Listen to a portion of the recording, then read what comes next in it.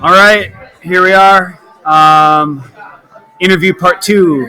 Tengo aquí a Señor Senti. Hola, Hola, ¿cómo estás? muy bien. ¿Tú? Okay, bueno. Muy bien también. Todo está bien. Todo está bien. So, you speak quite a bit of Spanish, yeah? I mean, you studied it? Yep.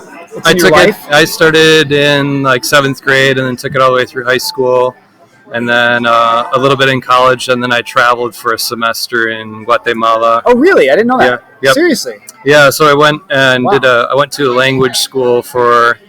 We spent the first 5 weeks every morning. We do a pretty intensive, like one-on-one language school, and then after that we traveled. So Cool. yeah. How was that for you? Like, what were your big takeaways from that? Like, in terms of your Spanish and or just life in general? Well, I guess one of my bigger takeaways was my Spanish really didn't get decent until I was pushed to use it on a daily basis to get the things I needed. Yeah. And in high school, it like built a foundation for me. I had a lot of vocabulary, but I didn't have a lot of experience with speaking. And so, what I really liked about it, though, was after those 5 weeks, our skill levels, I traveled with a couple friends, but our skill level was high enough where we could communicate with the people and hold relatively meaningful conversations. Cool. And so I learned a lot about culture and people's families and their lives, and it enriched my experience traveling. Awesome. What was your high school Spanish like? What was the class like? Did you like it? Gosh, it seems like it was so long ago, but I enjoyed it. I remember the teacher being fun, but I felt like, and I went to school. I didn't go to school at Ellsworth. I went way down near Madison, Wisconsin. But my teacher, I just never felt like I was really pushed to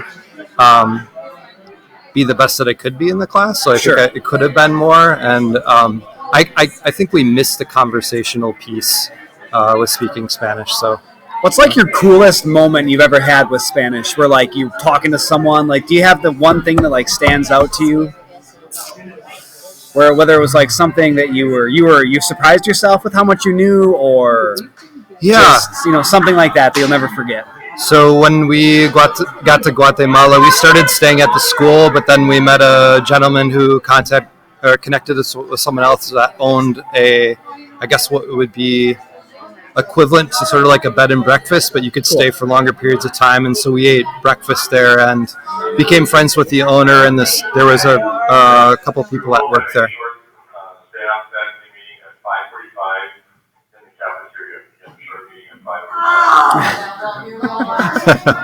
Timely. Yeah. So anyway, I became friends with the owner, and I just remember one conversation we had where he was talking to me about the difficulties he was having because he had a relationship with one of the cleaning staff. They were friends, but she had a couple of sons that she was having difficulty with, and he was involved with that. And like, I just remember listening to the story, and I'm like, whoa, I understood like pretty much 95% of that. My skills must be pretty decent at that point. Yeah, and did you find like that was what you needed, was something like that, just to kind of push you over the edge?